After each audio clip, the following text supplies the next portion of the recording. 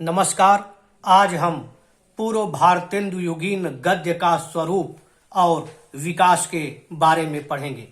इसके पहले आप हिंदी साहित्य के इतिहास के आदिकाल को, भक्ति काल को, रीति काल को पढ़ चुके हैं। आज हम हिंदी खड़ी बोली गद्य की पहली रचना क्या है, हिंदी खड़ी बोली के विकास में योगदान देने वाले उन नायकों का क्या नाम है, हिंदी खड़ी बोली के विकास में योगदान देने वाले दो राजाओं का क्या नाम है, हिंदी का पहला समाचार पत्र क्या है, यह सब पढ़ेंगे। आइए पूर्व भारतेंदु युगीन गद्य का स्वरूप और विकास के बारे में पढ़ते हैं और समझते हैं। पहली बार वीडियो देख रहे हैं तो लाइक और सब्सक्राइब अवश्य करें। हिंदी खड़ी बोली गद्य का पहला दर्शन अकबर के दरबारी कवि गंग द्वारा रचित चंद छंद वर्णन की महिमा में मिलता है। यहां ध्यान दीजिए, हिंदी खड़ी बोली गद्य का पहला दर्शन कहाँ मिलता है तो बताएंगे आप, अकबर के दरबारी कवि गंग द्वारा रचित चंद छंद वर्णन की महिमा में मिलता है। यदि आपसे पूछा जाए चंद छंद वर्णन की महिमा किसकी रचना है तो आप बताएंगे चंद छंद वर्णन की महिमा गंग की रचना है। गंग किसके दरबारी कवि थे तो आप बताएंगे अकबर के दरबारी कवि थे। हिंदी खड़ी बोली गद्य की पहली रचना क्या है तो आप बताएंगे चंद छंद वर्णन की महिमा। इसके रचनाकार कौन है, लेखक कौन है तो आप बताएंगे कवि गंग है। हिंदी खड़ी बोली गद्य की आरंभिक रचनाओं में जटमल द्वारा रचित गोरा बादल की कथा भी है। गोरा बादल की कथा किसकी रचना है तो आप बताएंगे जटमल की रचना है। जटमल की रचना क्या है तो आप बताएंगे गोरा बादल की कथा है। राम प्रसाद निरंजनी ने भाषा योग वासिष्ठ नामक रचना हिंदी खड़ी बोली में लिखी, जिसे हिंदी खड़ी बोली का प्रथम ग्रंथ माना जाता है। राम प्रसाद निरंजनी ने क्या लिखा तो आप बताएंगे राम प्रसाद निरंजनी ने भाषा योग वासिष्ठ लिखा। भाषा योग वासिष्ठ किसकी रचना है तो आप बताएंगे राम प्रसाद निरंजनी की रचना है। भाषा योग वासिष्ठ किसकी रचना है तो आप बताएंगे राम प्रसाद निरंजनी की रचना है। यह भी हिंदी खड़ी बोली में लिखी गई, हिंदी खड़ी बोली में लिखी गई है। कुछ विद्वान इसको भी खड़ी बोली गद्य की पहली रचना मानते हैं, भाषा योग वासिष्ठ को। भाषा योग वासिष्ठ को परिमार्जित गद्य की प्रथम पुस्तक तथा इसके रचनाकार को प्रथम प्रौढ़ गद्य लेखक स्वीकार किया गया है। यदि आपसे पूछ दिया जाए कि हिंदी के प्रथम प्रौढ़ गद्य लेखक कौन थे या हिंदी के प्रथम प्रौढ़ गद्य लेखक का क्या नाम था तो आप बताएंगे हिंदी के प्रथम प्रौढ़ गद्य लेखक का नाम राम प्रसाद निरंजनी था। क्या था तो आप बताएंगे राम प्रसाद निरंजनी था। लॉर्ड वेलेजली ने सन 1800 ईस्वी में कलकत्ता में फोर्ट विलियम कॉलेज की स्थापना की। कलकत्ता में फोर्ट विलियम कॉलेज की स्थापना किसने की तो आप बताएंगे कलकत्ता में फोर्ट विलियम कॉलेज की स्थापना लॉर्ड वेलेजली ने की थी। किसने की? लॉर्ड वेलेजली ने की थी। और कब की थी तो सन 1800 ईस्वी में की थी। सन 1800 ईस्वी में लॉर्ड वेलेजली ने कलकत्ता में फोर्ट विलियम कॉलेज की स्थापना की थी। हिंदी के विकास में सर्वाधिक योगदान फोर्ट विलियम कॉलेज कलकत्ता के आचार्य जॉन गिलक्राइस्ट का रहा है। आपसे पूछ दिया जाए जॉन गिलक्राइस्ट किस कॉलेज के आचार्य थे तो आप बताएंगे फोर्ट विलियम कॉलेज कलकत्ता के आचार्य थे। जॉन गिलक्राइस्ट किस कॉलेज के आचार्य थे तो आप बताएंगे फोर्ट विलियम कॉलेज कलकत्ता के आचार्य थे। इनकी देखरेख में, किसकी देखरेख में तो आप बताएंगे आचार्य जॉन गिलक्राइस्ट की देखरेख में अनेक पुस्तकों का अनुवाद और मौलिक रचनाएं भी प्रकाशित हुई। किसकी देखरेख में पुस्तकों का अनुवाद हुआ और मौलिक रचनाएं प्रकाशित हुई तो आप बताएंगे जॉन गिलक्राइस्ट की देखरेख में। हिंदी खड़ी बोली गद्य के विकास में योगदान देने वाले 4 उन नायकों का नाम है। यह बहुत ही महत्वपूर्ण प्रश्न है। अक्सर परीक्षाओं में पूछता है कि हिंदी खड़ी बोली गद्य के विकास में योगदान देने वाले 4 उन नायकों का नाम क्या है। यहाँ पढ़ते हैं कि 4 उन नायकों का नाम क्या है। पहला मुंशी सदा सुखलाल, दूसरा इंशाअल्लाह खां, तीसरा लल्लू लाल, चौथा सदल मिश्र। आपसे पूछ दिया जाए हिंदी खड़ी बोली गद्य के विकास में योगदान देने वाले 4 उन नायकों का नाम लिखिए या नाम बताइए, तो आप बताएंगे पहला मुंशी सदा सुखलाल, दूसरा इंशाअल्लाह खां, तीसरा लल्लू लाल और चौथा सदल मिश्र। लल्लू लाल और सदल मिश्र फोर्ट विलियम कॉलेज के भाषा मुंशी थे। आपसे पूछ दिया जाए लल्लू लाल और सदल मिश्र किस कॉलेज के भाषा मुंशी थे, तो आप बताएंगे फोर्ट विलियम कॉलेज कलकत्ता के। कहा के? फोर्ट विलियम कॉलेज कलकत्ता के। कौन थे, तो आप बताएंगे लल्लू लाल और सदल मिश्र। एक क्या थे? भाषा मुंशी थे। किस कॉलेज के? फोर्ट विलियम कॉलेज कलकत्ता के। दिल्ली के रहने वाले मुंशी सदा सुखलाल ने सुख सागर की रचना की।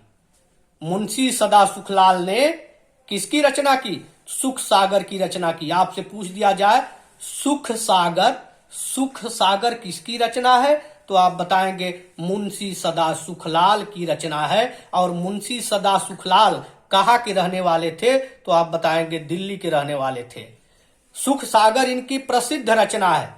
इनकी भाषा में पंडिताउपन अधिक है। आपसे पूछ दिया जाए किसकी भाषा में पंडिताउपन है, तो आप बताएंगे मुंशी सदा सुखलाल की भाषा में पंडिताउपन है। किसकी भाषा में पंडिताउपन है, तो आप बताएंगे मुंशी सदा सुखलाल की भाषा में पंडिताउपन है।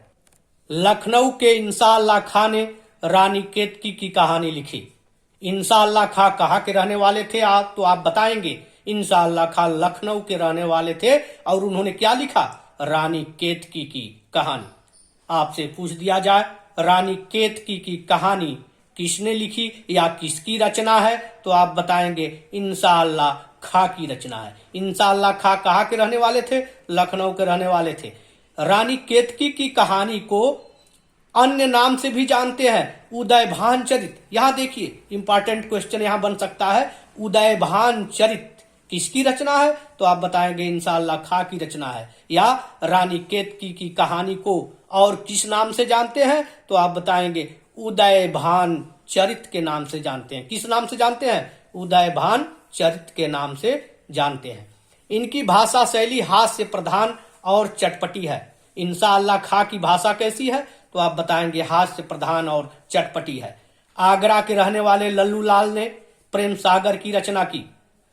आगरा के रहने वाले लल्लू लाल ने किसकी रचना की? प्रेम सागर की रचना की। यह भी महत्वपूर्ण ग्रंथ है प्रेम सागर, और परीक्षा में अक्सर पूछता है प्रेम सागर किसकी रचना है, तो आप बताएंगे प्रेम सागर लल्लू लाल की रचना है। लल्लू लाल कहाँ के रहने वाले थे, तो आप बताएंगे आगरा के रहने वाले थे। इनकी भाषा में ब्रज भाषा का प्रभाव है। लल्लू लाल की भाषा में किसका प्रभाव है, तो ब्रज भाषा का प्रभाव है लल्लू लाल की भाषा में। आरा बिहार के रहने वाले सदल मिश्र ने नासिकेतोपाख्यान की रचना की। सदल मिश्र ने किसकी रचना की, तो आप बताएंगे नासिकेतोपाख्यान की रचना की। नासिकेतोपाख्यान किसकी रचना है, तो आप बताएंगे सदल मिश्र की रचना है। और सदल मिश्र कहाँ के रहने वाले हैं, तो आप बताएंगे आरा बिहार के रहने वाले हैं।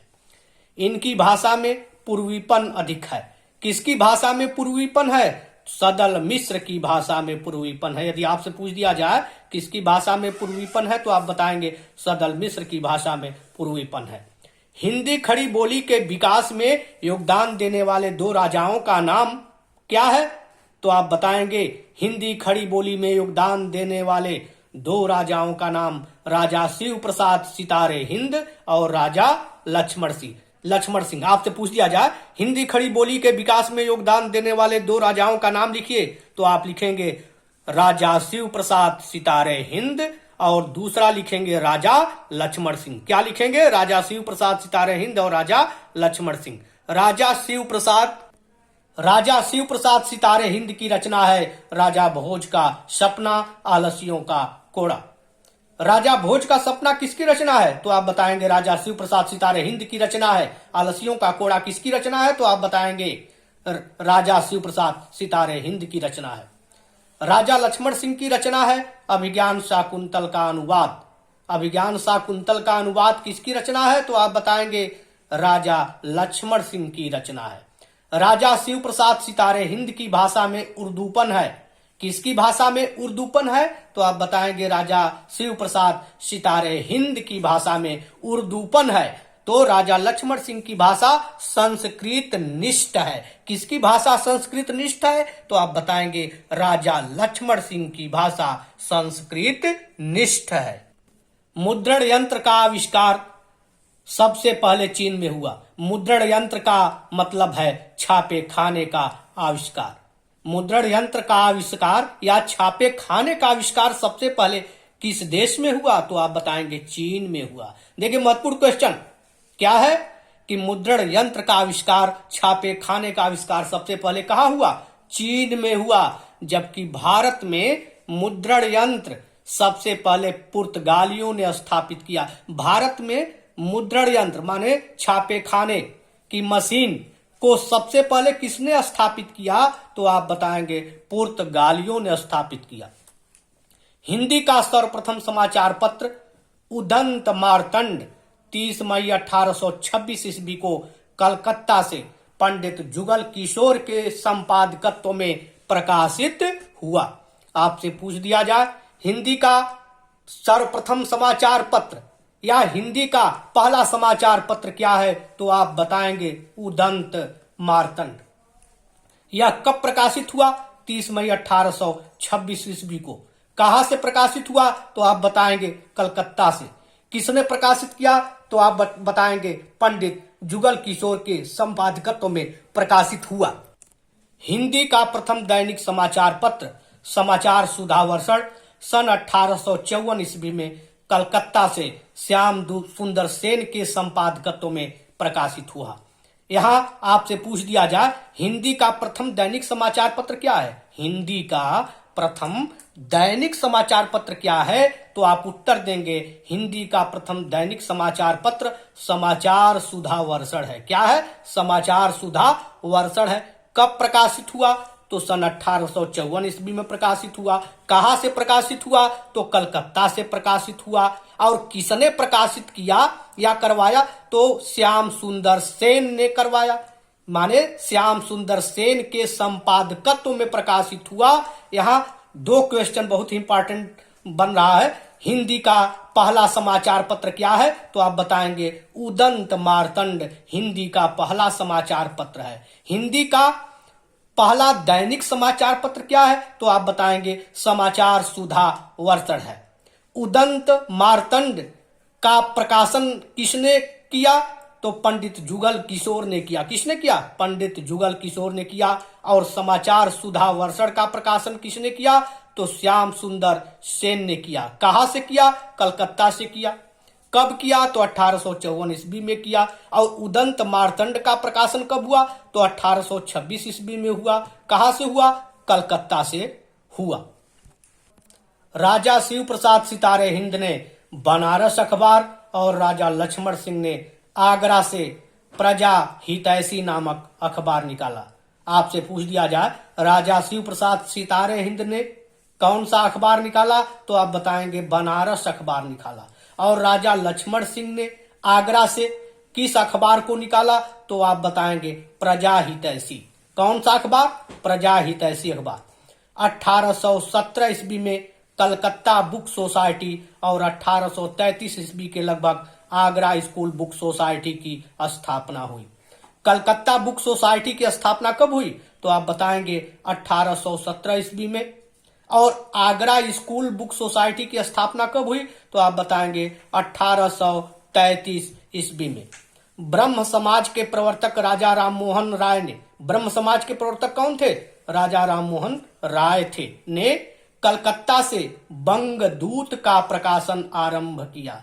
राजा राम मोहन राय जो ब्रह्म समाज के प्रवर्तक थे, उन्होंने कलकत्ता से किसका प्रकाशन किया? बंगदूत का प्रकाशन किया। किसका प्रकाशन किया? तो आप बताएंगे बंगदूत का प्रकाशन किया। बंगदूत का प्रकाशन किसने किया? तो आप बताएंगे राजा राम मोहन राय ने किया। कहां से किया? कलकत्ता से किया।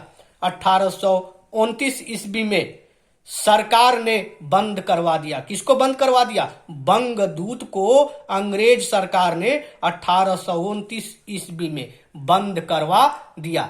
आर्य समाज के संस्थापक स्वामी दयानंद सरस्वती ने गुजराती होते हुए भी अपने सत्यार्थ प्रकाश की रचना हिंदी में की और पहली बार हिंदी को राष्ट्रभाषा के रूप में देखने का प्रयास किया।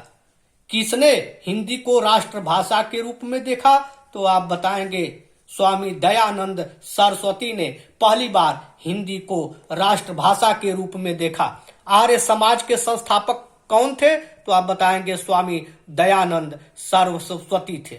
उनकी पत्रिका का क्या नाम है? तो आप बताएंगे सत्यार्थ प्रकाश। आपसे पूछ दिया जाए सत्यार्थ प्रकाश किसकी रचना है? तो आप बताएंगे सत्यार्थ प्रकाश आचार्य स्वामी दयानंद सरस्वती की रचना है। पूर्व भारतेंदु युगीन रचनाएं व रचनाकार का नाम। यहां देखिए, पहला श्रृंगार रसमंडन गोस्वामी विठलनाथ। श्रृंगार रसमंडन किसकी रचना है? गोस्वामी विठलनाथ की रचना है। 252 वैष्णवन की वार्ता, 84 वैष्णवन की वार्ता गोकुलनाथ। गोकुलनाथ की रचना क्या है? 252 वैष्णवन की वार्ता, 84 वैष्णवन की वार्ता। अगहन महात्म, वैशाख महात्म, बैकुंठ मणि शुक्ल। बैकुंठ मणि शुक्ल की रचना क्या है? अगहन महात्म, वैशाख महात्म। माधव विलास, लाल चंद्रिका, सिंहासन बतीसी, बैताल पचीसी किसकी रचना है? लल्लू लाल की रचना है। लल्लू लाल की रचना क्या है? माधव विलास, लाल चंद्रिका, सिंहासन बतीसी, बैताल पचीसी। पद्म पुराण किसकी रचना है? पंडित दौलत राम की रचना। पंडित दौलत राम की क्या रचना का नाम क्या है? तो आप बताएंगे पद्म पुराण। सिद्धांत विचार ध्रुवदास। ध्रुवदास की रचना क्या है? सिद्धांत विचार। पूर्व भारतेंदु युगीन गद्य का स्वरूप और विकास के बारे में आप अच्छी तरह समझ गए होंगे। यदि वीडियो अच्छा लगे तो लाइक अवश्य करें और कमेंट में अपना सुझाव अवश्य दें। धन्यवाद।